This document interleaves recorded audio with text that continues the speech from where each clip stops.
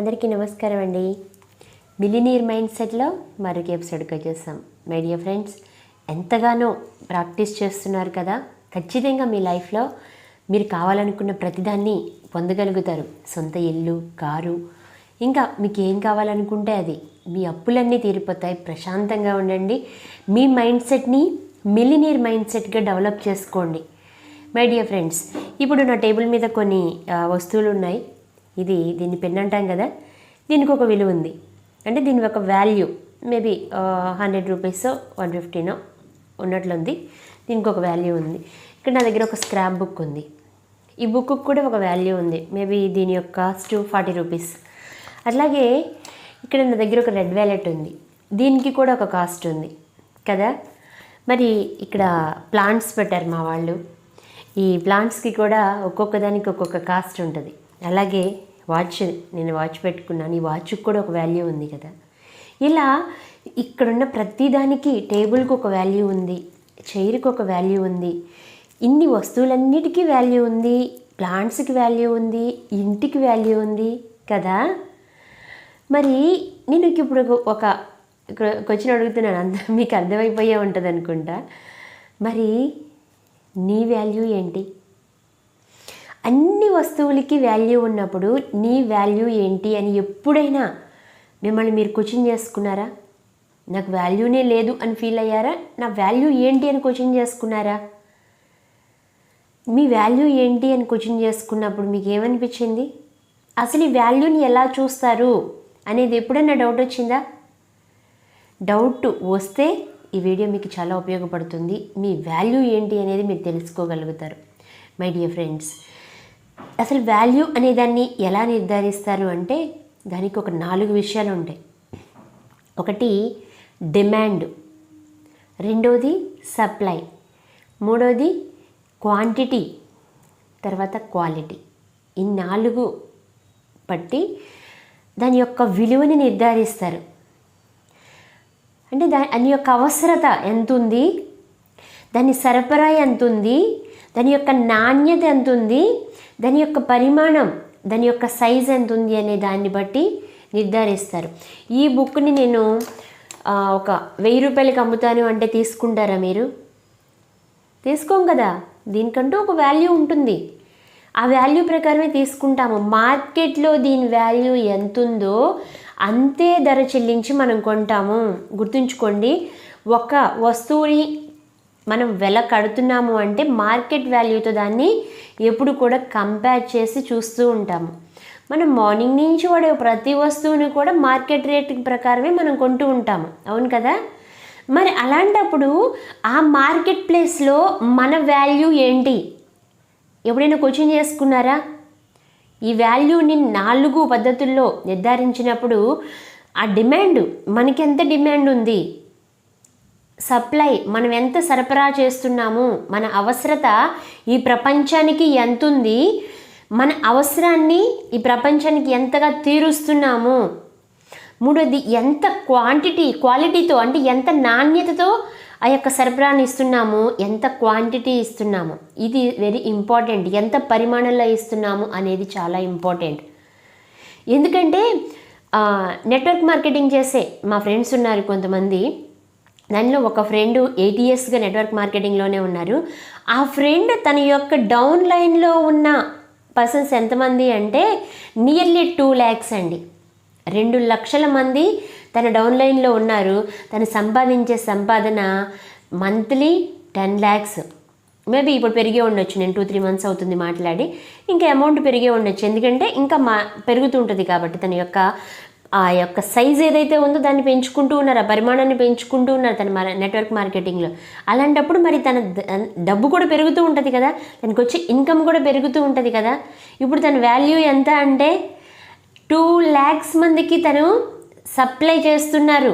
2 lakhs మెంబర్స్కి తన యొక్క ప్రోడక్ట్ ఏదైతే ఉందో దాన్ని సప్లై చేస్తూ ఉన్నారు.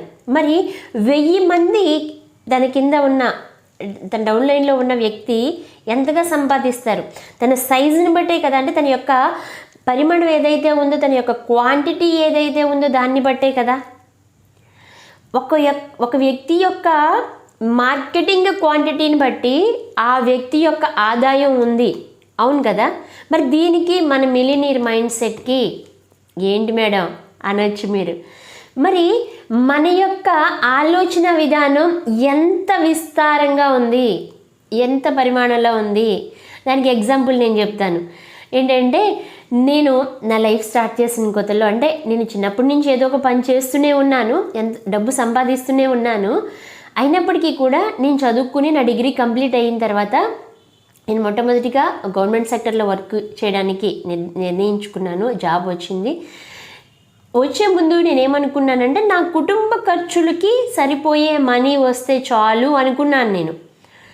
అప్పుడు నా మైండ్లో అప్పుడున్న వాటిని బట్టి నా కుటుంబ ఖర్చులకి ఒక 3000 4000 అయితే నా కుటుంబం హ్యాపీగా వెళ్ళిపోతుంది, అంత వచ్చినా చాలు అనుకున్నాను నేను. ఎగ్జాక్ట్లీ నా శాలరీ ఎంత తెలుసా? First salary 3500. 3500 అప్పట్లో, అంటే 2008 అరౌండ్ 2008లో నా యొక్క శాలరీ 3500తో నా జాబ్ని స్టార్ట్ చేశాను. మరి అప్పుడున్న నా మెంటల్ కండిషన్, నా ఆలోచన విధానం, డబ్బు పట్ల నాకున్న ఆ పరిధి ఎంత అంటే 4000 పరిధికి నాకు 3500 వచ్చింది. ఆ తర్వాత నా పరిధిని పెంచుకుంటూ వెళ్ళాను.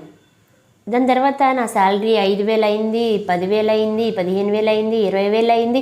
నా శాలరీ పెరుగుతూనే ఉంది, కానీ నాకు దాంతో సాటిస్ఫాక్షన్ లేదు. నా యొక్క పరిధిని నేను లక్షల్లోకి పెంచుకున్నాను. అంటే వేలల్లో నుంచి నా పరిధి లక్షల్లోకి వెళ్ళింది. నా డబ్బు సంపాదించే విధానం పెరిగిపోయింది. నేను ఎప్పుడైతే విస్తారంగా ఆలోచించడం మొదలుపెట్టానో అప్పుడు ధనం కూడా నా లైఫ్లోకి విస్తారంగా రావడం స్టార్ట్ అయింది. ఇది ఎగ్జాక్ట్లీ నా లైఫ్లో జరిగిన విషయాన్ని మీకు చెప్తున్నాను. అప్పుడు నాకు 3500 నా జీవితం, నేను ఓకే సాటిస్ఫై. అప్పుడు 4000 వస్తే చాలు అనుకునే పరిధి, నా చుట్టూ ఉన్న నా ఆలోచన పరిధి ఎంత అంటే 4000కే ఉంది. నాకు 3500 వచ్చినా కానీ I'm very happy that time. కానీ ఎప్పుడైతే నా పరిధిని పెంచుకుంటూ వెళ్ళానో అప్పుడే నా సంపాదనను కూడా పెంచుకుంటూ వెళ్ళగలిగాను. ఈరోజు నేను అడుగుతున్నాను ఫ్రెండ్స్, నా వాల్యూని నేను పెంచుకోవడానికి మొదటిగా నా ఆలోచన పరిధిని నేను పెంచుకున్నాను. ఈరోజు నేను కావాలనుకున్నది, నేను లక్షల్లోకి వెళ్ళిపోయాను. నేను నా యొక్క ప్యాకేజ్ లక్షలు, కోట్లు అలా వెళ్తూ ఉన్నాను. నాకు కావాల్సిన దానికి ఒక 10-20,000 మినిమం ఆ రేంజ్లో నేను రీచ్ అవుతూనే ఉన్నాను. అంటే నా పరిధి వెళ్ళిన కొద్దీ నేను వెళ్ళగలుగుతూ ఉన్నాను.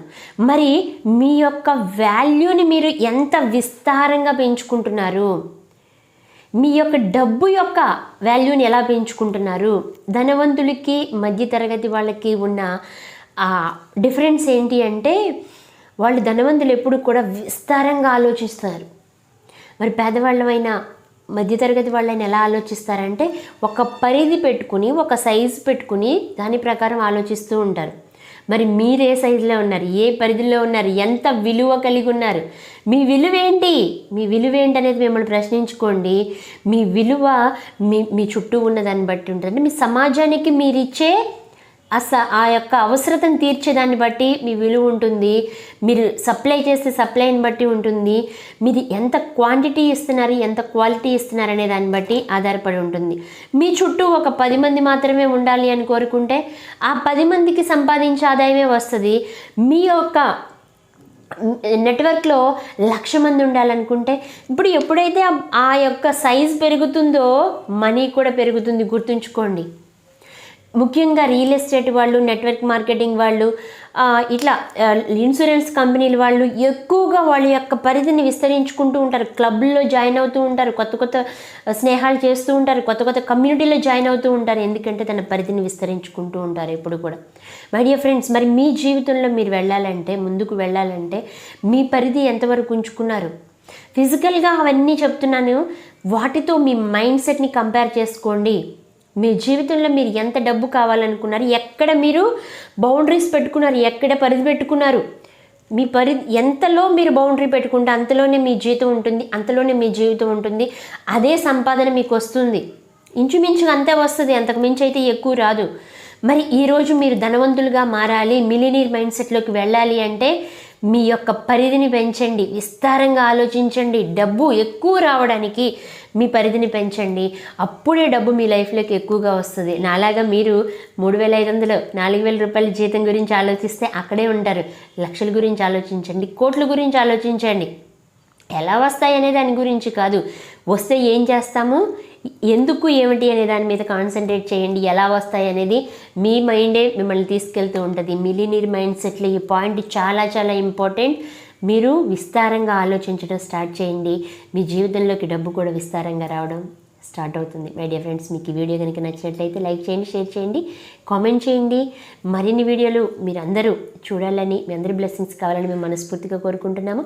మన ఛానల్ని ఇంకా సబ్స్క్రైబ్ చేసుకోకపోతే సబ్స్క్రైబ్ చేసుకోండి. Thank you very much.